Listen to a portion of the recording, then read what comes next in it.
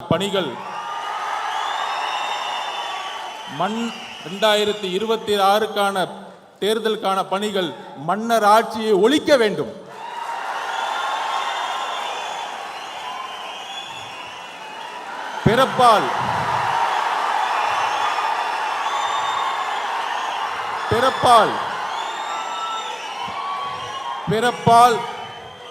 பிறப்பால் அனைவரும் சமம் என்கின்ற கருத்தியலை அம்பேத்கர் உருவாக்கியதை போல இங்க பிறப்பால் ஒரு முதலமைச்சர் உருவாக்கப்படக்கூடாது. அதாவது தேர்தல் அரசியல்ல மக்கள் வாக்களித்து வெற்றி பெற்று ஒரு கட்சியை முதலமைச்சரை தேர்ந்தெடுக்கிறாங்க. இதில் பிறப்பால் ஒருத்தர் முதலமைச்சராக வர்றதை நாங்கள் ஏற்றுக்கலன்னு சொல்கிற பாயிண்ட்டு அவர் என்ன மீன் பண்ணுறாரு எனக்கு சரியாக புரியல. அதை நீங்கள் விளக்குறீங்கன்னா நான் அதுக்கு பதில் சொல்கிறேன்.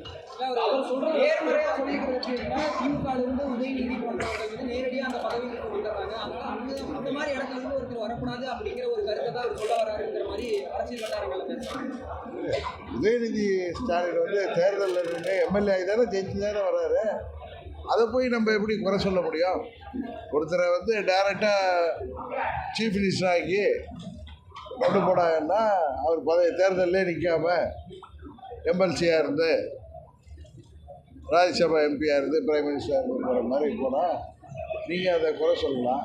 தேர்தலில் மக்கள் ஏற்றுக்கிறதுக்கப்புறம் ஒருவர் இப்போ தந்தையோ தாயோ அரசியலில் இருக்கிறதுக்காக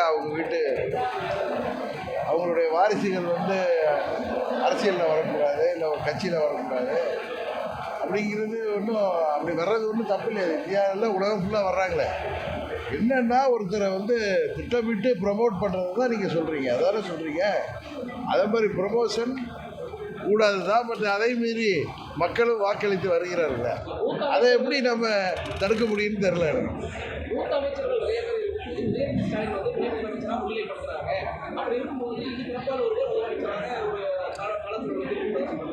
இல்லை அரசியலில் சீனியாரிட்டிங்கிறது முக்கியம்தான். ஆனால் சில பதவிகளுக்கு கட்சி பதவிகள்லையும் ஆட்சியில் பதவிகளுக்கும் சீனியாரிட்டி மாத்திரமே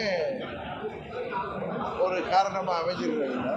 நான் எதார்த்தத்தை சொல்கிறேன். நான் ஒன்றும் திமுக ஆதரிச்சோ வாரிசு அரசியல் ஆதரிச்சோ நான் பேசலை. நான் போய் உங்களுக்கு தெரியும் யதார்த்தத்தை சொல்லுவேன். அதனால் பிறப்பால் ஒருவர் ஒரு குடும்பத்தில் பிறந்திருக்காருங்கிறதுக்காக அவரை முன்னிறுத்தக்கூடாதுன்னு அவர் ஆதவர்ஜன் பேசியிருந்தாருன்னா அவங்க தேர்தலில் இருந்து மக்கள் ஏற்றிக்கிட்டு வர்றப்ப நீங்கள் எப்படி அதை தடுக்க முடியும்னு கேட்குறேன். அது எப்படி தவறாக முடியும்?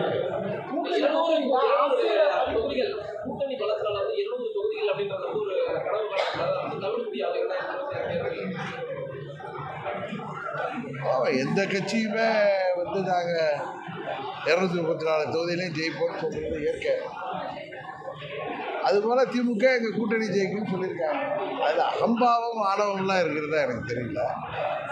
தயவுசெய்து நான் திமுக ஆதரித்து பேசுகிறேன்னு நினைக்கவில்லை, யதார்த்தத்தை பேசுகிறேன். எந்த கட்சியாக இருந்தாலும் ஏற்கனவே ஆண்ட கட்சிகளாக இருக்கட்டும், இல்லை ஆளணுங்கிற அதிகாரத்துக்கு வரணும்னு நினைக்கிற கட்சிகள் எல்லா தொகுதியிலும் ஜெயிப்போங்கிற உத்தியோகத்தோடு தான் செயல்படுவாங்க. அதை மக்கள் தானே ஏற்றுக்கிறோம். அதை எதிர்கட்சிகள் முறியடிப்போன்னு சொல்கிறது தப்பு இல்லை. அதற்கு ஆணவத்தோடு அவங்க இருக்காங்க சொல்கிறது அது எந்த அளவு சரியாக இருக்கு?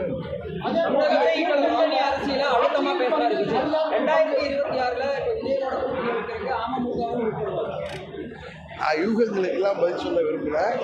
இன்னொன்று நாங்கள் தேசிய ஜனநாயக கூட்டணியில் அம்மா மக்கள் முன்னேற்ற கழகம் இருக்குது.